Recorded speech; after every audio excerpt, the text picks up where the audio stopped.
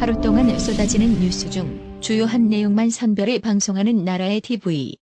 2023년에도 나라의 TV를 아껴주시고 성원도 부탁드립니다. 지금 보시는 사진은 이탈리아 밀라노에 도착한 중국 관광객들이 입국장에서 코로나 항원 검사 결과 무려 절반 이상이 코로나 감염자였다는 내용의 뉴욕포스트 기사인데요.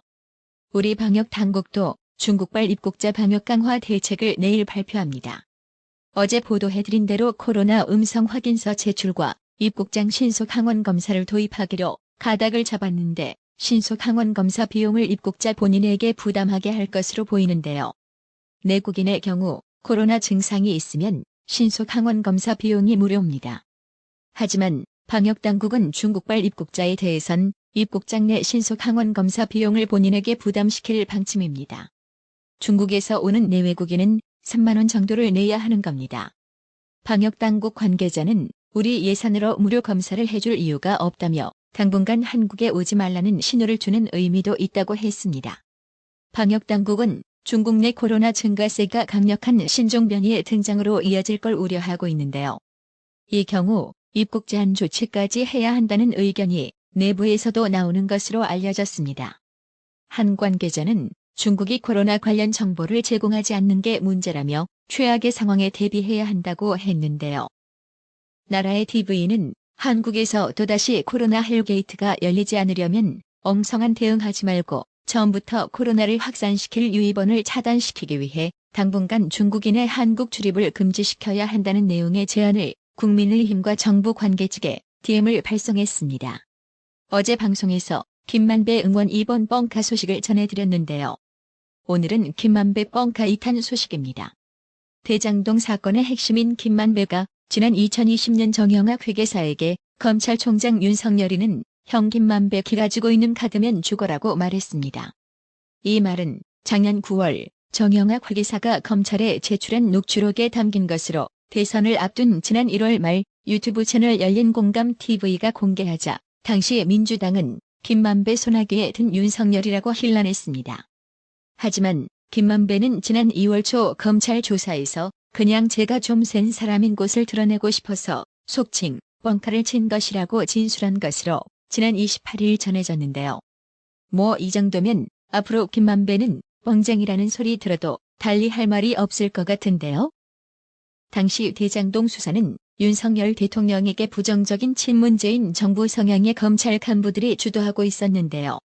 당시 검찰 조사에서 김만배는 윤석열 대통령에 대해 대검찰청 중앙수사부에 있을 때 처음 만난 것 같은데 개인적으로 친분이 있는 관계는 아니다라고 진술한 것으로 전해졌습니다.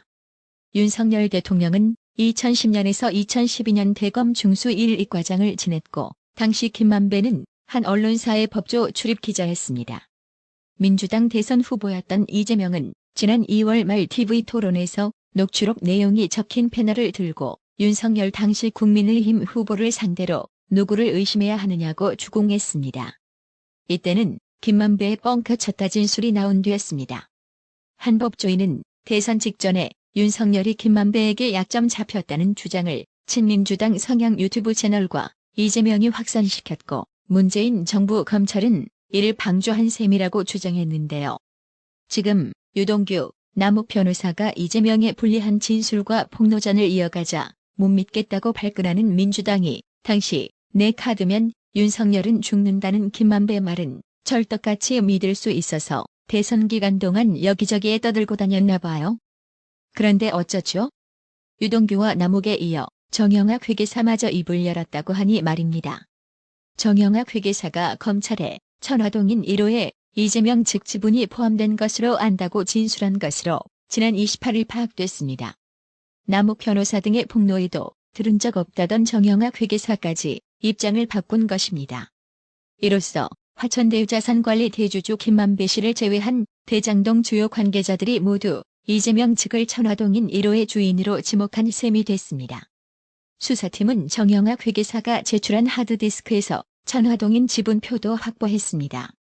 서울신문 취재를 종합하면 서울중앙지검 반부패 수사 3부 부장 강백 씨는 정영학 회계사를 조사하는 과정에서 2020년 2월 이후부터는 천화동인 1호 지분에 대해 이재명 측 지분이 포함됐다는 사실을 김만배에게 들어 알고 있었다는 취지의 진술을 확보했습니다. 2020년은 대장동 수익 배당이 본격화되던 시기인데요. 김만배는 천화동인 1호 수익금을 이재명 측에 전달하는 방안을 논의하며 정영학 회계사에게 이 같은 발언을 했다고 합니다. 그간 정영학 회계사는 천화동인 1호 지분과 이재명 측 관계에 대들은 바 없다고 주장해왔습니다. 지난 28일 한동훈 장관이 직접 국회에 출석해 노웅래 체포동의안이 가결되어야 하는 이유를 설명하며 호소했지만 결국 뇌물수수, 정치자금법 위반 혐의를 받는 노웅래 더불어민주당 의원에 대한 체포동의안이 민주당의 집단 엄호 속의 본회의에서 부결됐는데요. 표결 결과를 보면 민주당의 몰표 없이는 나올 수 없는 숫자라는 분석이 지배적입니다. 민주당 지도부가 자유투표에 맡기기는 했으나 표결을 앞둔 당내에서는 사실상 부결 여론이 우세했습니다. 국민의힘은 자유투표, 정의당은 6명 전원이 찬성 표결하겠다고 밝힌 바 있습니다. 이 때문에 민주당은 방탄정당이라는 프레임으로 여론의 역풍을 맞을 가능성이 제기됩니다. 이재명에 대한 검찰 수사가 진행 중인 만큼 이날 부결 처리가 추후 이재명에 대한 체포동의안이 제출될 경우를 염두에 둔 것이라는 비판이 거세질 것으로 보이는데요. 국민 세금 처먹고 범죄자를 소화하는 이런 정당은 하루빨리 몰락하는 게 정의 구현에도 맞겠죠?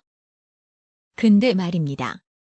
민주당의 잔대가리 꼼수 본능이 또 작동되는 듯합니다. 이번 임시국회 회기는 원래 다음 달 9일이면 끝납니다. 그런데 민주당에서 9일 이후 곧바로 임시국회를 다시 소집하자는 말이 나오고 있습니다. 국민의힘에선 즉각 불체포 특권을 위한 이재명 방탄 국회라는 비난이 나왔습니다. 더불어민주당 지도부가 내년 1월 임시국회 소집 가능성을 언급하기 시작했습니다. 12월 임시국회가 끝나는 1월 9일 이후에도 법안 처리와 이태원 국정조사 특위 활동을 위해 임시국회를 열어야 한다는 겁니다.